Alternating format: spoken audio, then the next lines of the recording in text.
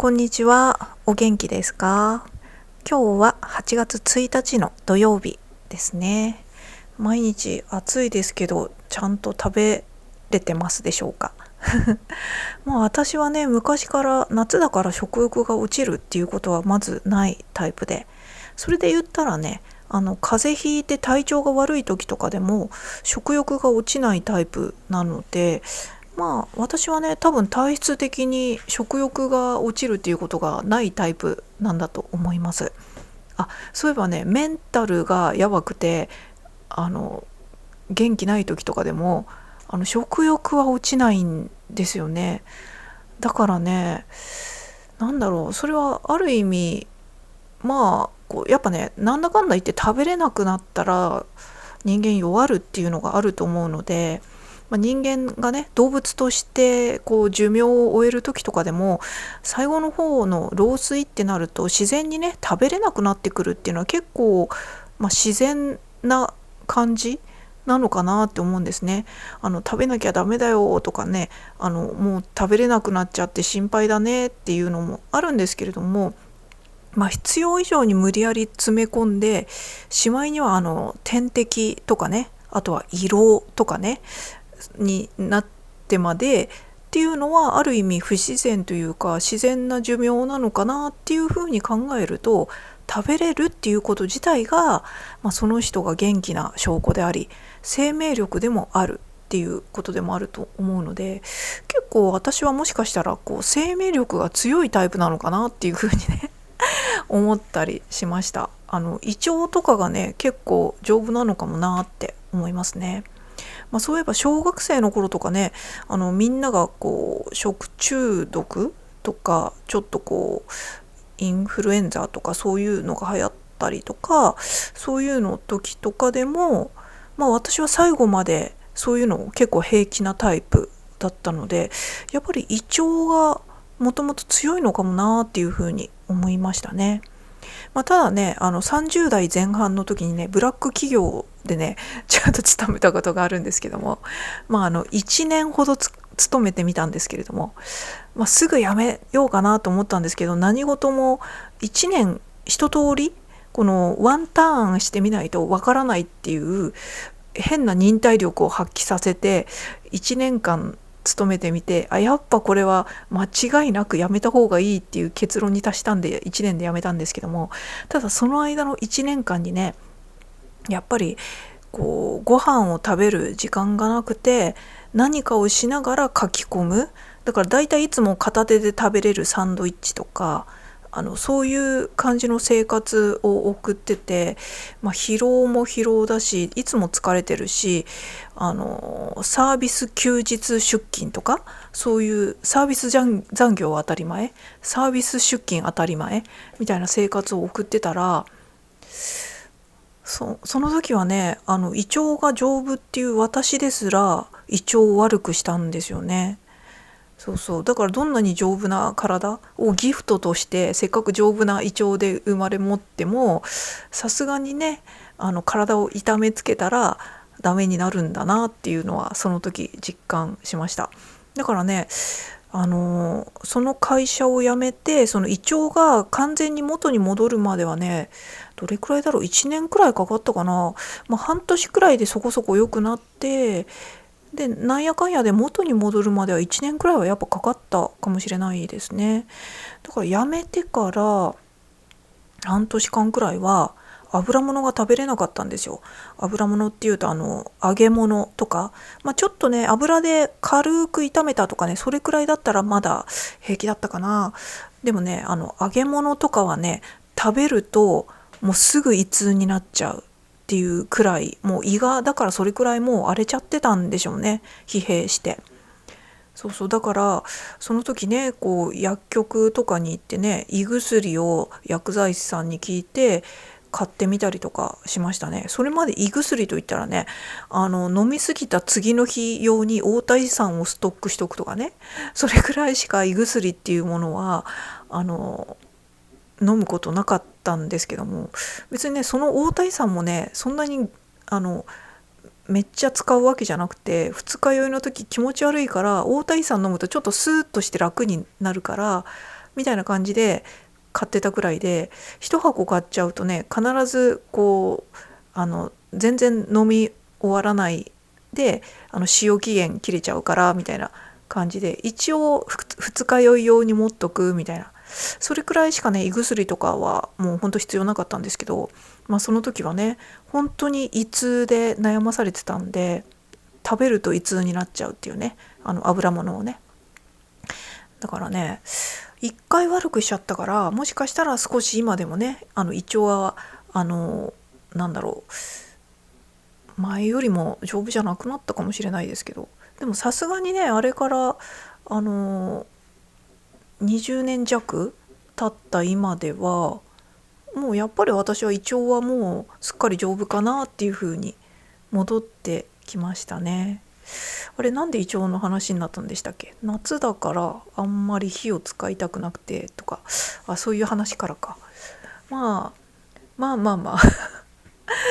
あ胃腸は丈夫で良かったなっていう感じなんですけど何喋りたかったんだろうね。あと、夏はね全体的にこう胃腸が弱る季節でもあるじゃないですか。だから消化にいいものとかね、あとは単純に暑くて食欲が湧かないからっていうことで、簡単に食べれてすぐ消化吸収できるようなものが、食べやすいですよねってね、そういう感じかな。冷やし中華とかもね今食べるとこう冷たくて食べやすくて美味しいって感じる季節ですよね。私冷やし中華ってすごい大好きなんで、夏には1回ぐらいは食べたいなと思うんですけれども、たまのご褒美としてね、だいたい1袋に2食分とか入ってるじゃないですか。だから1回買うと2食分食べることになるので、今年もね1回ぐらいは冷やし中華買ってきて食べようかなって思います。で冷やし中華食べる時にねその具材として、きゅうりとかね、あとは卵焼きを薄く焼いて冷やしたやつとかね、そういうのはね鉄板というかね私も大好きなので絶対それらは具にするんですけれども、あとはハムですよね。バンバンジーみたいにね鶏肉を蒸したやつをこう細かくちぎってとかそういうのでもいいんですけれども、ぶっちゃけちょっとめんどくさいんで、でもめんどくさいって言ってもあれか、別に適当にレンジでチーンでもできるか。だいたいね夏に食べる冷やし中華の時に特別にハムを買ったりするんですよね。特別っていうか高いハムとかじゃないですよ。その辺で売ってる薄いペラッペラのいわゆる普通のハムですね。ハムもね私にとってはちょっと特別品というか娯楽食いというかね、ソーセージとかハムとかね加工肉は基本食べないようにしてるんで、夏にね冷やし中華を食べる時ぐらいはたまの冷やし中華タイムということでね特別にハムを買って食べたりしますね。さっきも言ったようにね鶏肉でね蒸し鶏みたいので作ったらより美味しいし、加工肉を使わなくて済むっていうのもあるんですけども、結構冷やし中華食べる時によし作るぞ美味しいの作るぞっていうよりちょっと面倒くさいけどちゃちゃっと作っちゃおうぐらいな感じで食べることが多いので、ハムとかを使ったりしますね。冷やし中華も美味しいですよね。お店で食べるのも美味しいけど、お店さんとしてはね一回茹でた麺をまた水で冷やしてとか言うとねやっぱ水もたくさん使うし手間もねかかるから原価率としては悪い食べ物なのかもしれないですよね。そんなことを考えたりしました。そうね、原価率っていう言葉でちょっとなんとなく思い出したんですけど、思い出したっていうかちょこちょこコーヒーを飲みながら思うことがあるんですけど、前の動画でもちらっと言いましたけど、最近ネットで買った豆がコーヒー豆がね自分がこれ飲みたいなっていうのを選んで買ったら結果的にねいつも飲むコーヒーの感じよりも全体的にちょっと焙煎度が深入りの豆が結果的に揃っちゃったっていう状況になってて、中深入りと深入りかな。ただお店の書き方だと中入りと中深入りって書いてたんですけども、ちょっと私の感覚だとこの中深入りっていう焙煎度でやってきた豆は結構深入りに入るかなみたいなね、この自分基準なんですけども、だから結構深入りの豆が今家に揃っちゃってるんですけども、そうそう。ただ久々に結構深入りのコーヒー飲んで、たまには深入りも飲みたくなるんだよねなんて思いながら、美味しいなみたいな。でもちょっと中入り中浅入りぐらいのもストックで欲しいなと思いつつ、ちょっとね冷凍庫がねすでにこの冷凍してる豆でそこそこいっぱいで、ちょっとこれ以上増やしたくないっていうのもあって、ちょっとね最近はね深入りメインで飲んでるんですよ。ちょっと減らしてるんですよ。もうちょっと減ったら中入りとか中浅入りくらいの豆も買いたいなと思ってるんですけど、いいや。で結果そのコスパじゃないや、原価率で何を思ったかっていうと、そこそこ今回深入りの豆を飲んでて思ったのは、やっぱりねこうレシピをね、初回初めて飲んだ時からちょっとずつレシピをね、前回飲んだ時のあれからもっとこうした方がいいっていうのをちょっとずつ変えて、美味しいこのカップのが出るようにこう調整しながら毎回入れてるんですけども、それで思ったのはね、やっぱりね深入りの豆だと豆のグラム量をね若干少なめでもいいんですよね。私の基本レシピとしては豆は 15g 使ってるんですね、1杯に対して。で1杯は 150cc 入れてるんですけれども、だからねそうすると多分ねお店さんとか、一般的にコーヒーを入れる人の中では若干豆を多めに使ってると思うんですよ。若干贅沢というかね、ちょっと濃いめに入れてるとも言えると思うんですけれども、それは私の好みっていうのもあって、ただね今回ちょっと深入りの豆が揃ったところ、やっぱりねこの 15g で 150cc 出すと結構濃いめに出ちゃうんですね。で私はね濃いのが好きなんで、何せ昔はエスプレッソを毎日夜飲んでた人間なんでとにかく濃いのは好きなんですよ。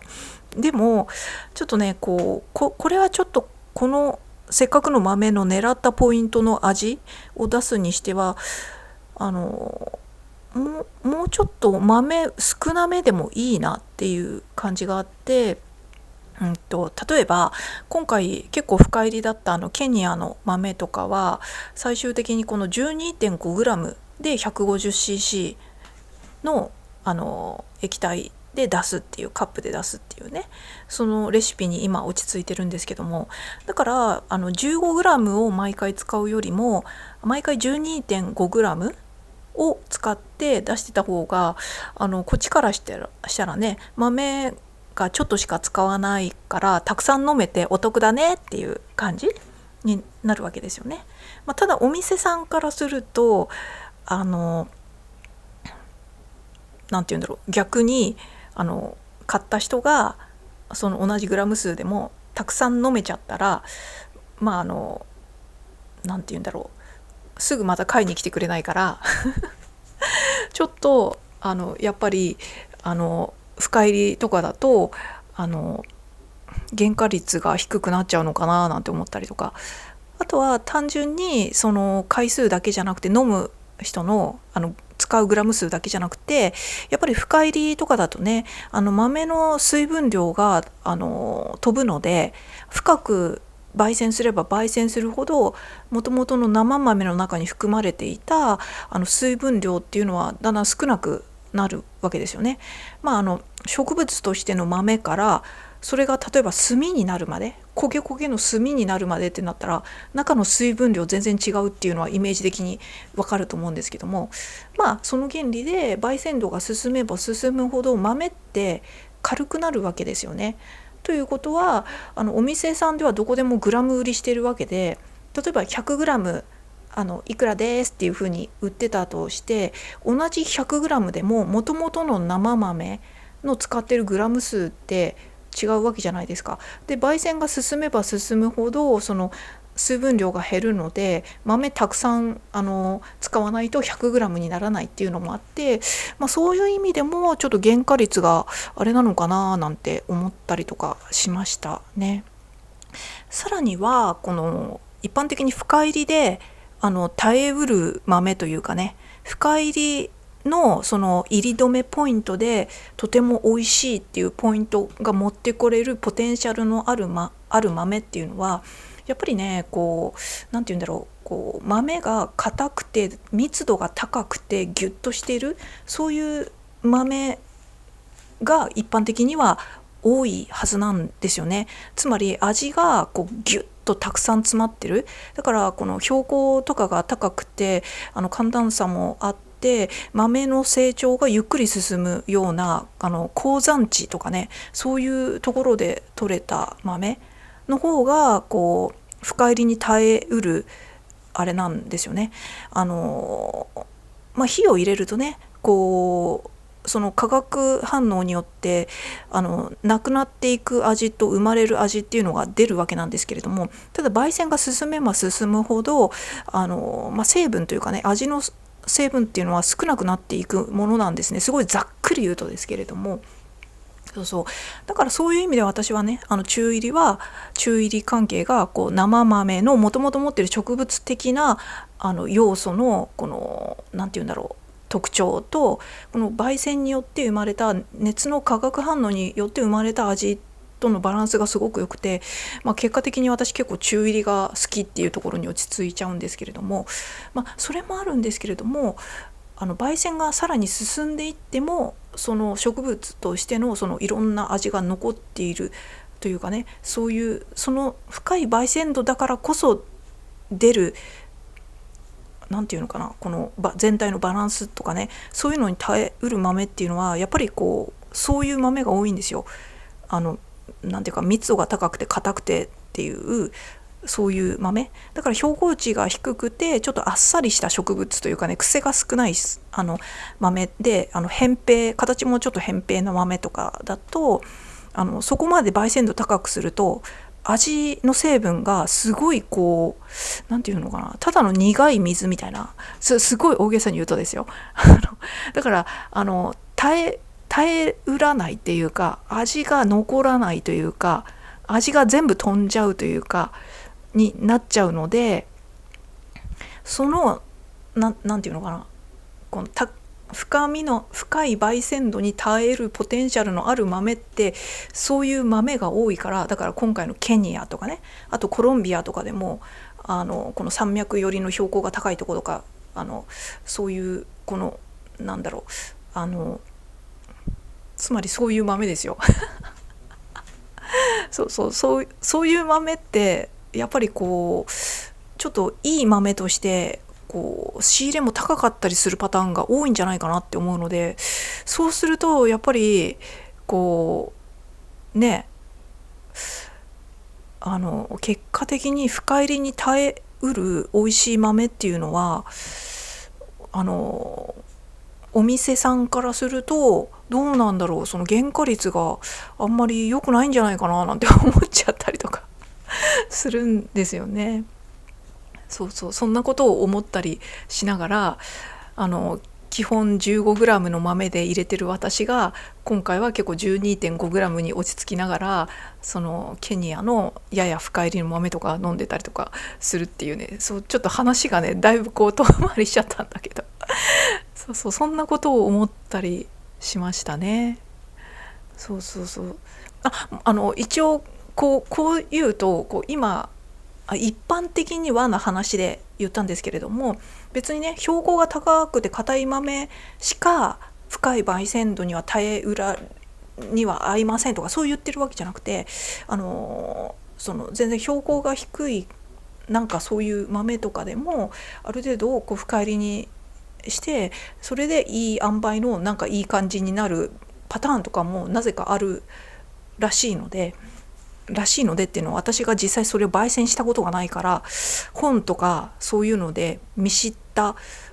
こととか、あとはこれ標高あんま高くなさそうだけど結構焙煎度深いなっていうのも売ってる場合とかもあるので、そうそう、たまにね、だから一概にはそうではありませんっていう話をね、最後にちょっと注釈としてつけておきたいなっていうふうに思ったりとかしますね。はい。まあそんな感じで、なんだろう、なんかの原価率の話からそういうコーヒーの話に行っちゃいましたね。そうね、あとはちょっとここ最近、そうね、やっぱ私的にはここ最近っていうのは2、3日のことなんですけど、久々に生理がね、生理らしい生理だったなっていうのがここ最近の私の最近のことかな。今日もまだ生理は生理なんですけど、もうほぼ終わりかかってるぐらいで、今回の生理はね、もう閉経間近の私としては結構経血の量がそこそこ普通に出たなっていう生理だったんですよね。最近はね、もう生理が来たって言っても、もうすごく経血の量が少なくてっていうのがもう普通になってきてたんで、そうそう、今回はね、久々に経血がそこそこ通常の生理みたいにね出たなって思って、でそしたらね、やっぱりね、この生理に伴う体のだるさとかね、あとはね、眠さ、いや久々にこの眠さ体験したわって思いましたね。最近は経血が少なくなった時は生理の時のもう沼のような眠さっていうのも感じなくなってたんですよ。やっぱ生理自体がもう軽いというか、あんまり経血出ないから。でも今回はね、結構経血が出たっていう、結構通常の生理らしい生理だったせいか、久々にこの眠さ、もう沼のような眠さが仕事してる最中も来たりとか、あとは朝寝坊しちゃってびっくりしちゃったりとか。そうそう、だからやっぱりね、生理っていうのは体に睡眠を要求するものなんだなっていうふうに改めて思いましたね。久々にこのしっかりした生理を体験してね。それで感じたのは、生理の時の眠さって、私はね、よく沼のような眠さっていう風な表現をしてたんですけど、沼って言ってもね、お水の沼じゃなくて、底なし沼、要はお水と泥が混じっちゃってて、そこに足とかを間違って踏み入れちゃうとズブズブズブズブって沈んでっちゃうっていう、ホラーな描写が漫画とかでもあるじゃないですか。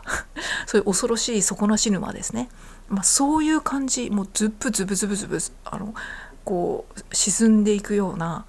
そういう沼のような眠さっていうのが仕事中とかでもあって、頑張って目を開けて何かしようとしてても、まぶたがうーって重力で閉じていこうとするので、それを無理やり目を開けようとして白目になっちゃうみたいな。目は閉じようとしてるけど、私が気合で目を開けようとしてるから、結果として白目になっちゃうみたいな。だからそれをね、会社員の時は白目になっちゃうとちょっと周りにビビられちゃうので、白目にならないようにも気をつけてたっていうね。そんな感じの眠さですね。あと今回ものすごく感じたのは、表現としてこれ暴力的な眠さっていう表現がめっちゃ合ってるなっていう風に、久々に生理の眠さを感じて思いましたね。ほんと暴力的なんですよ。もうね、もう眠い。なんだろう、夜になって自然に眠くなる眠さとは違う、もう体を無理やり眠りに誘い込むというか、無理やり引っ張っていくような暴力的な眠さを経験して、やっぱ生理ってすげえ眠くなるんだなと思いましたね。で、うっかり寝坊しちゃった時は普通に起きたら12時間寝てましたもんね。でもちろん前日とか全然寝不足でもなくて12時間寝てたから、だからね、やっぱり生理になる時っていうのは普通に寝たら12時間寝ちゃうぐらい、体にやっぱそれだけ負担というかね、体がそれだけの作業をしてるんだろうなと、12時間休息を必要とするような作業をしてるんだろうなと思いました。だからね、今現役で、女性現役で、生理現役で頑張ってる皆さんはね、この生理中12時間寝ちゃっても12時間も寝ちゃった私みたいなね、そんな風に思わずに12時間寝てしまうのが当たり前で、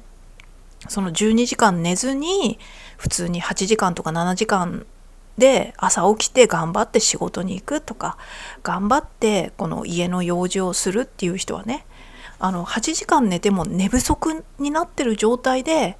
体のこのリカバリーが、生理によるリカバリーが追いついてない状態で無理に頑張ってるんだっていう風な、めっちゃ私頑張ってるっていう風に自分を思ってあげていいなって思いました。8時間昨日ちゃんと寝たのにとかじゃなくて、やっぱね12時間ぐらい寝るくらいの負荷がきっとかかってんだろうなっていう風に思いましたね。そんなことを思ったよっていうことで、生理現役の皆様お疲れ様でございますと。で私はね、もう足抜けに片足が抜けてるような感じなので、こう徐々に楽に、お先に失礼いたしますっていう感じでね徐々に楽になっていこうかなっていうふうに思いますね。この若い頃経験したひどい生理痛とかもね、もう40代ぐらいには全然普通の生理痛ぐらいになってて、全然脳神ホワイトでも飲んどきゃ平気みたいなね、それくらいの全然余裕になったので、もう20代の頃とか30代前半くらいまでのね、こう人生が苦しくなるレベルの生理痛とかね、そういうのはねもう超えて、そういう思い出もありましたが、お先に楽にならさせていただきますみたいなねそんなことを思いました。でね、今もしすっごい生理痛に悩んでるとかね、いろいろこう漢方を試してみたりとか、生活習慣を改善したりとか、夏でもしっかり靴下を履いたりとか腹巻きをしてるのにとかね、悩んでる方いるかもしれませんが、私がねこう生活習慣でも体を冷やさないでもいろいろやって、骨盤調整とかね、ヨガとかね、自力整体とかね、腰が悪いのもあってですけど、でもそれでも生理痛に苦しんだっていうのが、この良くなった私にとってなんですけど、良くなったポイントは乳製品を控えたっていうポイントだったりとかしたので、もしいろいろやってもこう苦しんでて辛いっていう人はね、なんだったらちょっと乳製品を控えるっていうのを実験としてね、例えば1ヶ月くらい乳製品控えるとかやってみてもいいと思います。完全に控えるっていうのは難しいと思うので、もう私も完全にはやってないです。まずこの飲み物として牛乳を飲まない、でチーズとか取らない、バターぐらいだったらいいですね。日常生活で基本的にはやめるって考えるのは、牛乳、チーズ、ヨーグルト、この3つですね。だいたいこの3つでたくさん取ってるので、この3つを基本やめる。でもどうしても食べたいときはちょっと食べてもいいと。あと牛乳とかはね、いろいろこう食べ物に自然に含まれちゃってたりとかするので、そういうのは OK くらいにしといて、とにかく乳製品を控えるっていうことをすると、生理痛がもしかしたら良くなる可能性がありますよと。これあんまり世の中の情報として謳われてないんですけれども、結局は子宮とかの収縮とかが激しくなりすぎてとか、ホルモンとかの関係もあるんですけれども、私的の理解だと、私結果的に良くなったので、乳製品ってカルシウムとマグネシウムのこの含有の割合がすっごくカルシウムに偏ってるんですね。でそのカルシウムが多くてマグネシウムがすっごい少ない、その牛乳とか乳製品を摂取すると、体の中のそのマグネシウムの含有量がどうしても減ってしまうっていう現象が起きるんですね。ちょっと細かく言うとちょっと話長くなるんで、単純に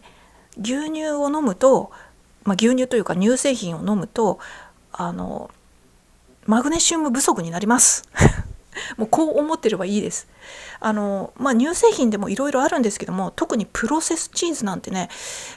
確か30対1ぐらいの割合でカルシウムマグネシウムとかの割合なので、だからスライスチーズとか食いまくってたりとかしたらかなりマグネシウム不足になるかもっていうね、そういうことを考えて、とりあえず実験として一回乳製品をね、特にプロセスチーズとかはね良くないですね。あと牛乳、プロセスチーズ、あとはヨーグルトか、この辺を一回ちょっと控えめにしてみて、ちょっと様子を見てみると、もしかしたら生理痛が改善するかもしれませんと。マグネシウムっていうのは、ね、筋肉を緩める作用があって、カルシウムっていうのは逆にね筋肉を収縮させる作用があるんですけど、ものすごいざっくり言うとですけどね。だからちょっとこの理論で言うと、慢性的な頭痛とかね、あとこむら返りがすごいすぐ起こるとかね、そういう人にもこの乳製品を控えることによってそれがね改善するっていうこともあると思います。ちなみにね、私もねその頃生理痛が良くなったと同時にスポーツするとすっくらはぎがすぐつりそうになるっていうのにも悩んでたんですけども、それも治りましたね。そうそう。私もね若い頃救急車に2回乗っちゃうぐらい生理痛がね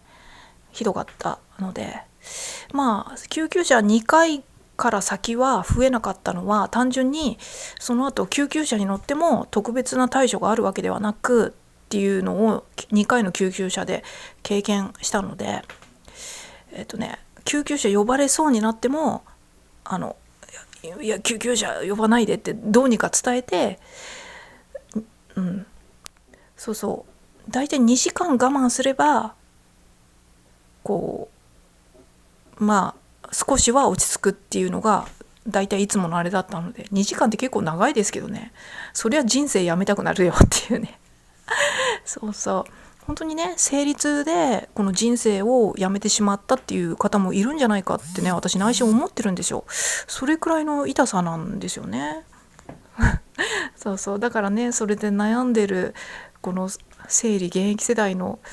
若い子たちがいたらね、もうね本当になんて言うんだろう、どうにかしてあげたいって思っちゃいますね。自分も大変だったからね。そうそう、だからもしよろしかったら乳製品をちょっと控えるっていうのもやってみてくださいというちょっとした豆知識というかね、アイディアというかね、提案というかねでございました。それではまた。